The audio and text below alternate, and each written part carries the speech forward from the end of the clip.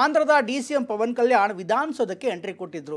ಸುಮ್ಮನೆ ಬಂದಿರಲಿಲ್ಲ, ಅವರು ವಿಧಾನಸೌಧಕ್ಕೆ ಬಂದಿದ್ದು 6 ಆನೆಗಳನ್ನು ತೆಗೆದುಕೊಂಡು ಹೋಗೋದಕ್ಕೆ. ಅರೆ, ವಿಧಾನಸೌಧ ಮತ್ತು ಆನೆಗೆ ಏನು ಸಂಬಂಧ ಅಂತ ಕೇಳ್ತಾರ.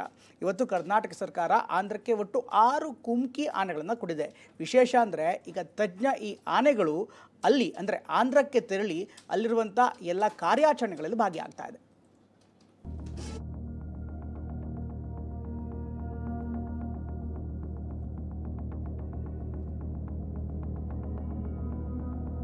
ಕರ್ನಾಟಕದ 6 ಆನೆಗಳು ಆಂಧ್ರ ಪ್ರದೇಶಕ್ಕೆ ಹಸ್ತಾಂತರ. ಶಕ್ತಿಸೌಧ ವಿಧಾನಸೌಧದಲ್ಲಿ ಆನೆಗಳ ಕಾರುಬಾರು ಕಂಡುಬಂತು. ನೆರೆ ರಾಜ್ಯ ಆಂಧ್ರ ಪ್ರದೇಶದಲ್ಲಿ ಕಾಡಾನೆ ಉಪಟಳ ನಿಯಂತ್ರಣ ಮಾಡುವ ನಿಟ್ಟಿನಲ್ಲಿ ರಾಜ್ಯದಿಂದ 6 ಆನೆಗಳನ್ನು ಹಸ್ತಾಂತರಿಸಲಾಯಿತು. ರಾಜ್ಯದ ಕುಮ್ಕಿ ಆನೆಗಳನ್ನು ಆಂಧ್ರ ಪ್ರದೇಶದ ಡಿ.ಸಿ.ಎಂ ಪವನ್ ಕಲ್ಯಾಣ್ ಅವರಿಗೆ ಇಂದು ವಿಧಾನಸೌಧ ಮುಂಭಾಗ CM Siddaramaiah, DCM DK Shivakumar, ಅರಣ್ಯ ಸಚಿವ ಈಶ್ವರ್ ಖಂಡ್ರೆ ಹಸ್ತಾಂತರ ಮಾಡಿದರು.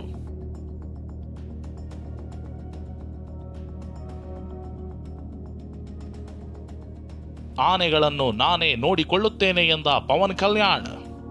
ಗಜಪಡೆಗೆ ನಟ ಹಾಗೂ ಆಂಧ್ರ ಪ್ರದೇಶ ಡಿಸಿಎಂ ಪವನ್ ಕಲ್ಯಾಣ್ ಪೂಜೆ ಸಲ್ಲಿಸಿದರು. ಬಳಿಕ ಮಾತನಾಡಿದ ಅವರು, ನಿಮ್ಮ ರಾಜ್ಯದ ಧಾರಾಳತನದಿಂದ 6 ಆನೆಗಳನ್ನು ಕೊಟ್ಟಿದ್ದೀರಿ. ಎಷ್ಟು ಆನೆಗಳನ್ನು ಕೊಡ್ತೀರಾ ಎಂಬುದರ ಬಗ್ಗೆ ಗೊತ್ತೇ ಇರಲಿಲ್ಲ. ಈ ಆನೆಗಳನ್ನು ಖುದ್ದಾಗಿ ನಾನೇ ನೋಡಿಕೊಳ್ಳುವ ನಿರ್ಧಾರ ಮಾಡಿದ್ದೇನೆ. ನಮ್ಮ ರಾಜ್ಯದ 25 ಮಾವುತರಿಗೆ ವಿಶೇಷ ತರಬೇತಿ ನೀಡಲಾಗಿದೆ ಅಂತ ತಿಳಿಸಿದರು.